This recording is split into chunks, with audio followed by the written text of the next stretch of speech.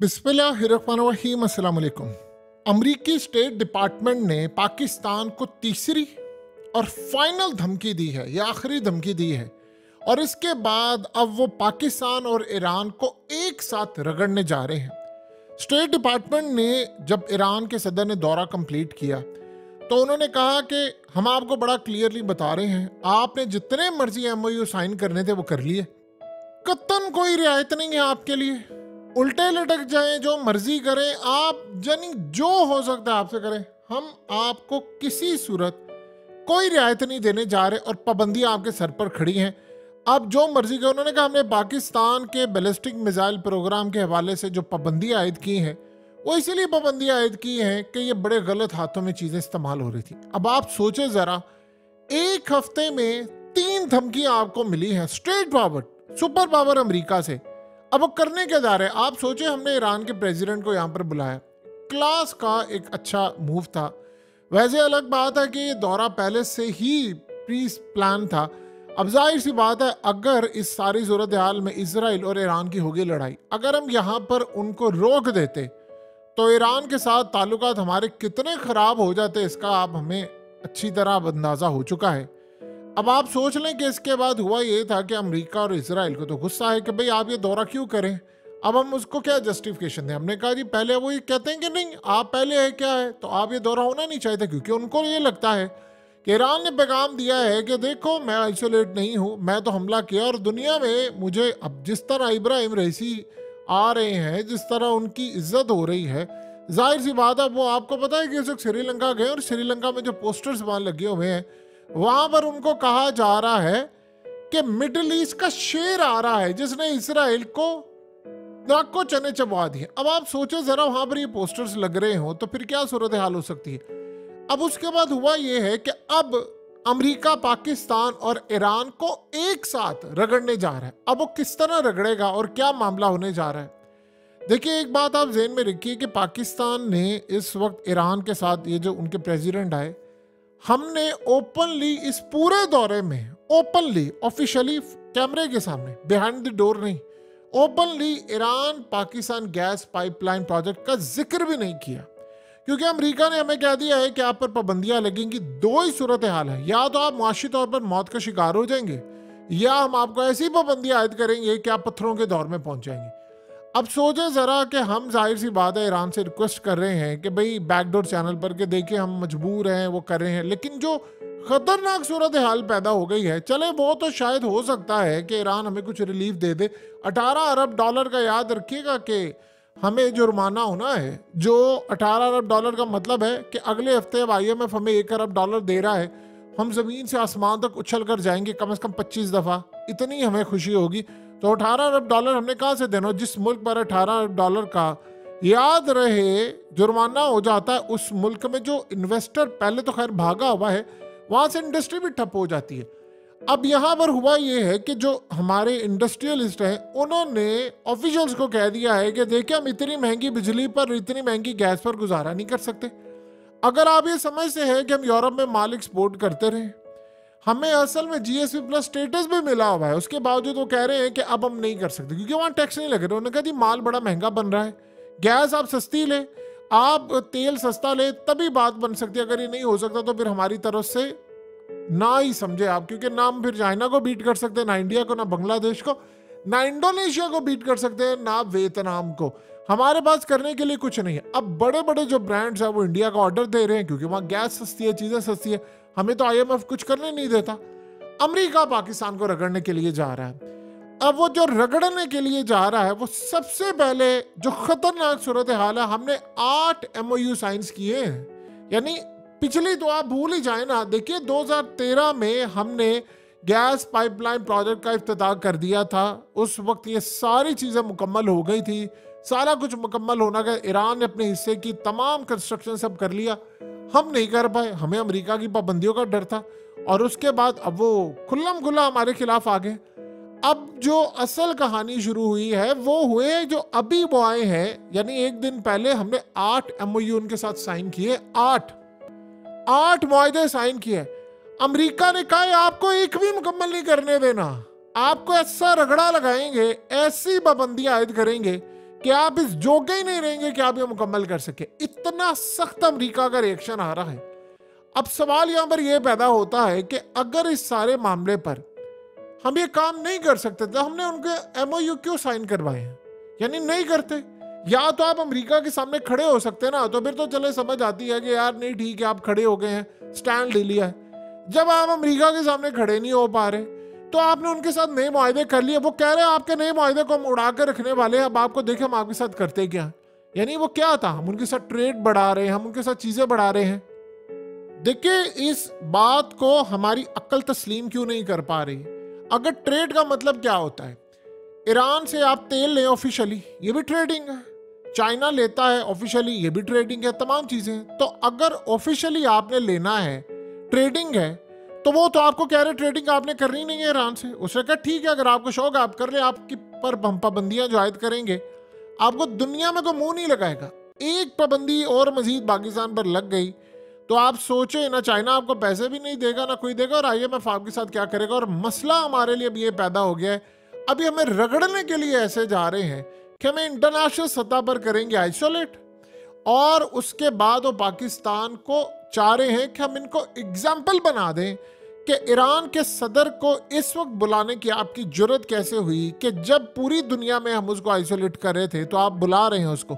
और उनको ये बात पता है कि पाकिस्तान ने बुलाया, वो श्रीलंका गए, वो कंट्रीज उनको बुला रही हैं जहाँ पर चाइना का इन्फ्लुएंस है। तो इस बात को इसराइल तो बड़े गुस्से में देख रहा है। देखिए ईरान इसराइल को शिकस्त देकर आ रहा है, ये बात समझे। उनका चीफ रिजाइन कर रहा है, उनके जर्नल रिजाइन कर रहे हैं, उनके बड़े बड़े लोग रिजाइन कर रहे हैं। वो कहते हैं कि हमास के पीछे ईरान है, वो कहते हैं हमला जो हुआ है हमारे सिस्टम की नाकामी हुई है, अमेरिका से लेकर तमाम ताकतें, इसराइल हिलकर रह गया है। 75 साल में कभी ऐसा हमला नहीं हुआ उनके ऊपर, और वो कह रहे हैं कि हमने तो ईरान को आइसोलेट करना था। वो तैयारी करके बैठे हुए हैं कि ईरान न्यूक्लियर की कोई बात करे हम उस पर सीरीज ऑफ पाबंदी लगा दें, इतनी पाबंदियां लगा दें कि कोई एक दिल्ली का माल उससे ना ले सके। ये जो 34 अरब डॉलर भी इस वक्त उन्होंने कमाए हैं तेल से ऑफिशियली बेचकर, वो कह रहे हैं ये भी ना हो तो हमने उनसे 8 नए मुआहदे साइन कर लिए हैं कि हम ये करने जा रहे हैं जी, फलाना करें।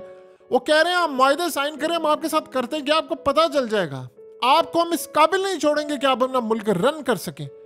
अब बताइए अगर अमेरिका हम मुआहदा करते हैं, वो सुबह उठ के स्टेट डिपार्टमेंट का एक थर्ड क्लास बंदा उठकर, उनका स्पोक्स पर्सन एक छोटे लेवल का बंदा आता है और आकर हमें धमकी देकर चला जाता है और हम चुप करके बैठे रहते हैं। पूरे दौरे में हमने बात नहीं की ईरान गैस पाइपलाइन प्रोजेक्ट की। यानी आप ये देखें कि अमेरिका हमारे सर पर चढ़कर नाच रहा है, हमारा उसने क्या अशर कर दिया। इसका तरीकाकार क्या था?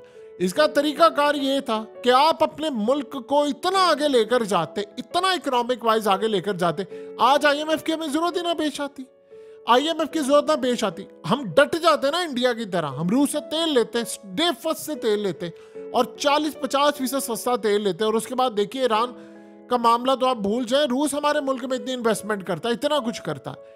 इस वक्त जो कंट्रीज अमेरिका के सामने डटी है, आप उनकी इकोनॉमी देखें, ईरान देखें कहां से कहां पहुंच गया है। कोई मसला हुआ, मुश्किलात आई, वो आगे निकल गए, उन्होंने अपनी कौम को यकजा रखा। रूस को आप देख ले, ईरान पर इतनी पाबंदियां नहीं है जितनी रूस पर है। तो दुनिया ने क्या कर लिया रूस का, वो उनकी इकोनॉमी पहले से बेहतर हो गया। और IMF ने कहा है कि रूस पर पाबंदियों से पहले उनकी इकोनॉमी डाउन थी, पाबंदियों के बाद वो आगे चले गए। आप नॉर्थ कोरिया को देख लें, वो सीधा खड़ा हो गया, अमेरिका को कह रहा है, कल उसने न्यूक्लियर ड्रिल कर लिया, कह रहे हैं मैं इन पर मिसाइल दागने जा रहा हूं। आप देख लो उसके बाद चाइना पर पाबंदी आयद करने जा रहे, चाइना ने इनको नहीं छोड़ना। दुनिया पर पाबंदियां परवाह नहीं करती क्योंकि उन्होंने अपनी इकोनॉमी बेहतर की होती है, इन्वेस्टमेंट बेहतर की होती है, सिक्योरिटी बेहतर की होती है। हमारे मुल्क की सूरत हाल आपके सामने है। अब सबसे बड़ा मसला ये है, गैस आपके पास है नहीं, सर्दियों का बहरान आप पर खड़ा हो जाता है, सबसे बढ़कर इंडस्ट्री को गैस नहीं मिल पा रही। वो कह रहे हैं कि अब ये लास्ट, यानी बिल्कुल हम जो बॉर्डर लाइन होती है उस बॉर्डर लाइन पर खड़े हैं हम इस वक्त। वो कह रहे हैं नहीं यार अब हम कर नहीं सकते, हमारा ये कंपटीशन बन नहीं रहा। अब आप सोचे जरा, ये हमारा GSP प्लस स्टेटस खत्म करवा सकता है अमेरिका, यूरोप को कह के कि भाई इनका माल नहीं जाना, तो हम कहाँ पर खड़े होंगे? हमारा तो अरबों डॉलर्स का, अगर हमारा 20-25 अरब डॉलर का एक्सपोर्ट रुक जाए तो हम तो कब्र में, क्या हम तो 1000 फीट नीचे चले जाए तो हम क्या करेंगे? हमारे पास इसे करने के लिए और कुछ भी नहीं है। सो सूरत हाल इस वक्त ये पैदा हो रही है कि हालात इतनी बुरी तरह तब्दील हो रहे हैं और अब वो हमें रगड़ने के लिए जा रहे हैं। उन्होंने इंटरनेशनल सतह पर हमारी पाबंदियां बिल्कुल तैयार रखी हुई हैं उन्होंने बड़े ममालिक को इंडिया दिया है, यानी यूरोप को कह देंगे भाई जी इनका जीएसपी प्लस स्टेटस खत्म करो, ममालिक के ऊपर पाबंदियां, वीजा के हवाले से मसाइल हमारे और बहुत सारे। जब भी याद रखिएगा पाबंदी होती है तो गवर्नमेंट को फर्क नहीं पड़ता, फर्क हमेशा पड़ता है आम लोगों को। ईरान में अगर गवर्नमेंट को फर्क पड़ रहा होता तो आज वो इस ताकत तक पहुंचते, वो तो लड़ाई कर रहे हैं। अब हमारी सूरत हाल क्या है आप बताइए, जिस मुल्क पर पाबंदियां उस मुल्क में कोई इन्वेस्टमेंट करता है? देखिए चाइना ही सिर्फ कर सकता था, वो ईरान पर पाबंदियां थी उन्होंने कर दिया क्योंकि उनको पता था ईरान स्टैंड ले जाएगा। अब हमारे साथ ईरान को वो रगड़ेंगे, ईरान तो ये रगड़ा बर्दाश्त कर लेगा क्योंकि वो नई पाबंदियां आयद करने जा रहे हैं न्यूक्लियर की वजह से, और उन्होंने हमला वहां पर करना है, और आज नहीं तो कल। कभी आपको याद है कि ईरान के हवाले से देखिए अमेरिका पहले होता ही ये था, कभी को 2-5 साल में इक्का दुक्का हमें धमकी देता था कि आप ये काम ना करें, और वो अभी ऑफिशियली नहीं कहता था, अनऑफिशियली मीडिया में आ गया, डिस्कशन हुई है, मीडिया में खबर ब्रेक कर दी कि पाकिस्तान ये काम ना करें, पाबंदियां लगा देंगे फलाना, और उसको नुकसान उठाना पड़ेगा। वो 3 दफा उसने 7 दिनों में धमकी दी है पाकिस्तान को, और ऐसी धमकियां देखिए, पहले पाबंदियां आयद की, फिर धमकी, और फाइनल अब धमकी जब वो कंप्लीट करके गए दोहरा के हम आपके साथ क्या करें, उनसे कहा छोड़े मुआहदे, हमें ना बताएं आपने क्या मुआहदे साइन किए, पाबंदियां बढ़ लें, हम तैयार हैं, आप यहां से शुरू करेंगे, हम यहां पर पाबंदियां कर देंगे। और आप बताइए उनके बाद उनका जो डेलीगेशन आएगा वो आकर कहेगा जी हमने विजिट करना है, कराएं जी विजिट, हमें कहां पर आपने गैस पाइपलाइन और दूसरी चीजें बिछाई हैं, विजिट कराएं हमें। आप विजिट कराएंगे, आप रगड़े जाएंगे। तो अब बताइए ना कि आप कहां पर खड़े हैं, हम उनसे नहीं लेते, तो ईरान को आप कितनी देर तक मना लेंगे कि भाई ये देखो अमेरिका हमारे साथ कर रहा है, वो कहेगा अच्छा चलो ठीक है। और ये जो नए एमओयू साइन हुए हैं उसके बाद क्या होगा, फिर वो जब आपने एमओयू साइन किए हैं तो इसका मतलब है कि उन्होंने आपको ये भी कंप्लीट नहीं करने देने। आप चाहें तो पूरे मुल्क के अंदर 100 रुपए का तेल बेच सकते हैं, चाहे तो गैस इतनी हो जाए कि पूरा मुल्क आगे चले। देखिए 2 ही सूरत हाल है, या तो पाकिस्तान के ऊपर पाबंदियां लग जाएं तो पाकिस्तान पूरी दुनिया के अंदर एक कम से कम हम स्टेप ले लें, हम पूरे मुल्क को फायदा दे दें, लोग रोटी खाएं, सुकून से कारोबार चले, चीजें चले, कुछ ना कुछ सिस्टम चले, या हम कब्र में पहुंचे। या सीधी सी बात यह है कि हम मुल्क की सिक्योरिटी बेहतर करें, हालात बेहतर करें, और बाहर जो पाकिस्तानी बैठे हुए हैं 1,15,00,000 से ज्यादा लोग हैं, उनमें से आपसे 10 लाख लोगों को ले आए पाकिस्तान, उनके इन्वेस्टमेंट की हिफाजत करें, मुल्क में अमन लेकर आए, अफरा तफरी खत्म करें। अब यकीन कीजिए ना IMF की जरूरत है, कोई और आपको कुछ जरूरत होगी किसी तरह की भी, और दुनिया ऐसे ही चलती है, ईरान ने भी ऐसे ही किया था। दुनिया भर में ईरानी याद रखिएगा जितनी मर्जी अपनी गवर्नमेंट के खिलाफ हो जाए, ईरान से वो लॉयल है, उनको पता कि यार हमारे मुल्क में चीजें चल रही, दुनिया के बेहतरीन डॉक्टर्स, इंजीनियर्स, एक्सपर्ट्स तमाम ईरान के अंदर मौजूद है। उनके इंजीनियर्स ने दिन रात काम किया ना कि आज वो न्यूक्लियर तक पहुंच गए इतनी पाबंदियों के बावजूद। और हालत अब ये है कि ईरान के ऊपर रगड़ा लगने लगा है, और साथ उन्हें लगाना है पाकिस्तान को रगड़ा। पाकिस्तान को वो इतनी ज्यादा बुरी सूरत हाल में रखेंगे कि हमें वीजा मिलना मुश्किल हो जाएगा दुनिया भर के अंदर, जो सबसे ज्यादा हमारे लिए झटका है, क्योंकि उनको ये लग रहा है कि ईरान एटमी ताकत बनने जा रहा है। ईरान को वो मुल्क से बोर्ड कर है जो हमारा एलाई है। तो अगर आप देखें ना कि हुआ क्या था, इजराइल के यानी हमले के बाद हमने कहा था कि भाई इसराइल ने ठीक नहीं किया, और ईरान ने जो हमला किया जाहिर सी बात है हमने उसको सपोर्ट किया है कि भाई देखिए चाइना ने किया है, रूस ने किया है, सारी दुनिया कर रही है। आप बताएं अब किसी भी मुल्क की एम्बेसी को उड़ा देंगे तो क्या होगा? क्या डेविड कैमरॉन ने सारी दुनिया के सामने नहीं कहा कि हमारी एम्बेसी अगर उड़ा देते तो हम भी जवाब देते? उस बेशरम से फिर किसी ने पूछा कि तू ये बता कि फिर ईरान ने जो किया वो गलत कहाँ से? नहीं, ईरान ने जो किया वो ठीक है, हम ये नहीं कह रहे, हम कह रहे बहुत ज्यादा जवाब दे दिया। अब तुम डिसाइड करोगे कि किसने कम जवाब दिया है, किसने ज्यादा जवाब दिया है। स्टेट डिपार्टमेंट की हालत आप देखिए, उससे पूछा गया कि तुम ये बताओ कि ये सारी इंफॉर्मेशन तुम्हारे पास जो आ रही है, यानी हमास के हवाले से, फलस्तीनियों के हवाले से, वो तो इसराइल के, तो इसराइल इतनी क्रेडिबल है कि आप उसकी इंफॉर्मेशन पर, यानी दुनिया 45,000 लोग मारते हुए देख रही है इसराइली फौज को, और वो कह रहे हैं जी हम इस बारे में कहीं इसमें ज्यादा दहशत गर्द थे। तो कह रहे हैं आप बताएं, यानी ऐसी सूरत हाल में कोई भी इंफॉर्मेशन आती है तो इसराइल क्रेडिबल है? कहते हैं हाँ बिल्कुल है क्रेडिबल, वो जो कह रहे हैं बिल्कुल ठीक कह रहे हैं। आप अंदाजा कर लें उनकी ताकत क्या है। उन्होंने पाकिस्तान को छोड़ना है। इसराइल में ये बात देखी जा रही है कि मेरा दुश्मन जो है वो इस वक्त बजाय आइसोलेट होने के उसके दौरे हो रहे हैं। और ईरान का प्रेसिडेंट देखिए सबसे पहला दौरा उनका पाकिस्तान का हुआ है। वो कह रहे हैं अच्छा अब इनको रगड़ा लगाते हैं, लगाओ जरा इनको सीधा तो करो ना, इन पर लगाओ पाबंदियां। हम बताते अब अमेरिका पाबंदी नहीं लगाएगा, अब इसराइल पाबंदी लगाएगा। और इजराइल अमेरिका की यानी डोरियां हिलाने वाला इजराइल है, वो कहेगा ठीक है लगा इन पर पाबंदियां, जो करना करो, हम इनको बताएंगे। सो अब जो सूरत हाल पैदा हो रही है, हालात जो पैदा हो रहे हैं, वो इंडिकेट कर रहे हैं कि हम किस जानिब जा रहे हैं, हमारे मामलात क्या है, चीज़ें क्या है। सो आने वाले वक्त में याद रखिएगा, इंटरनेशनल सतह पर अमेरिका पाकिस्तान को कच्चा चबाने के लिए तैयार है। उन्होंने देखिए, हर कोई ना तो मोदी होता है जो स्टैंड ले जाए कि भाई वो यूरोप के आगे भी स्टैंड ले गया, वो उनके आगे भी स्टैंड ले गया। आज आप जानते हैं जयशंकर ने क्या कहा है? उसने कहा है कि जब पाकिस्तान ने मुंबई हमले किए थे, उसमें वो अलग बात है कि उन्होंने खुद इसमें इतना बड़ा अपना ही किरदार जाके अंदर खाते उन्होंने क्या काम किया, वो तो आपको पता है, किताबों में सबको पता है, यानी मुंबई ड्रामा और ये चीज़ें। लेकिन वो कहता जी उसके बाद कांग्रेस ने हमला नहीं किया, क्योंकि उन्होंने कहा था कि हम जो हमला करेंगे उसकी कॉस्ट बहुत ज़्यादा होगी, यानी हमें बहुत ज़्यादा बर्दाश्त करना पड़ेगा। कहता आज आप करके दिखाएं, देखें मोदी हाल क्या करते हैं। वो इस तरह में धमकियां दे रहे और जस्टिफाई कर रहे हैं कि हमने पाकिस्तान में ये कर दिया। अमेरिका बरतानिया की रिपोर्ट आई, वो कहता भाड़ में जाए रिपोर्ट, हम क्या करते हैं, भारत को परवाह ही नहीं है कोई। वो कहता है कि जाओ तुम काम करो, मैंने अपनी मैशत, यही वो चीज़ होती है, आप अपनी मैशत को बना ले बेहतर। फिर अमेरिका कहे तो आप अमेरिका को धमकियां दे, अब भाई तू कौन होता है, तू जा, तू काम कर, जाकर ये कर वो कर। मोहम्मद बिन सलमान को अमेरिका ने कहा कि भाई आप पर हम ह्यूमन राइट्स की वायलेशन फलाना ये वो, उसने कहा तुम बात करोगे? गुआंतानामो बे के अंदर दुनिया की सबसे बड़ी इंसानी हकूक की खिलाफ वर्जी करने वाले तुम लोग हमें सिखाओगे? और उसने ओपनली कहा, उसने कहा मुझे बाइडेन की जरूरत नहीं है। बताएं ऐसा जिगरा किसी के पास है? क्यों? उनकी मैशत स्ट्रॉन्ग है ना, वो खड़े हो सकते हैं। और यही चीज चाहिए।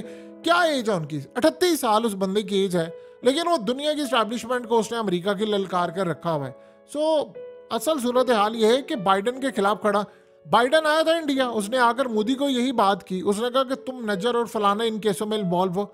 उसने कहा हमें ना ये सिखाओ आकर, ये पन्नू से लेकर तमाम लोगों को तुम लोग सीआईए का एजेंट बनाकर बैठे हुए ना, हम उसको आज मार देकर वो सीआईए के लिए काम ना करता। बताएं इतनी बड़ी धमकी को दे सकता है तो वो खड़े हो सकते हैं, हमारा क्या है?